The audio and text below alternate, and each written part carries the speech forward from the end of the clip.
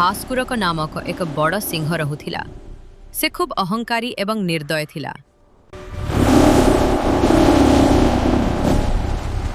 से प्रतिदिन अनेक पशुंकु मारी खाई जाउथिला। जंगलर पशु माने भयभीत होई एक सभा कले। जंगल रे किछि अलगा अछि। आमे के देखो सादा की या को जग बहुत तब जक होई गले नै मोते न आमे एकाठी शक्तिशाली। आमे किछि तो करिबाकू पड़िबो। किंतु कोन करबा यह खूब विपज्जनक। शीघ्र। किंतु कोन चालो समस्या समस्या दे का आगु जीवा एवं सिंह पाखकु जाई एक प्रस्ताव देले। पशु माने कहिले, महाराज आपण एमिति पशु माननकु मारंतु नाही। महाराज आपण एमिति पशु मानकु मारंतु नहीं। महाराज आमे प्रतिदिन आपणक पाखकु जणे पशुंकु पठाइबु जाहाकु खाई आपण आपणक भोक मेंटाइबे। सिंह राजी होई गला। एमिति दिन परे दिन बीतीगला। दिने एक छोट ठेकुआर पाली पड़िला। ठेकुआटी बहुत चतुर थिला। से मरिबाकू चाहू नथिला।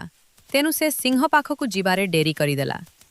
जेतेबेले ठेकुआ सिंह पाखरे पहुंचिला, सिंह भोकरे गर्जन करुथिला। सिंह पचारिला, तू एते डेरी रे काहीकि आसिलु? आउ तू एते छोट, तो द्वारा मो पेट केमिति भरिब? ठेकुआ कांदी कांदी कहिला, महाराज मोर किछि दोष नाही। बाटरे मते आउ जणे सिंह भेटिला। से कहिला कि से हेउची एही जंगलर असल राजा। मु ता पाखरु बहुत कष्टरे जीवन बंचाई आसीछि। भास्कुरक सिंह रागरे निया होई गला एवं कहिला, चाल मते देखा से किए, मु ताकु मारी देबी।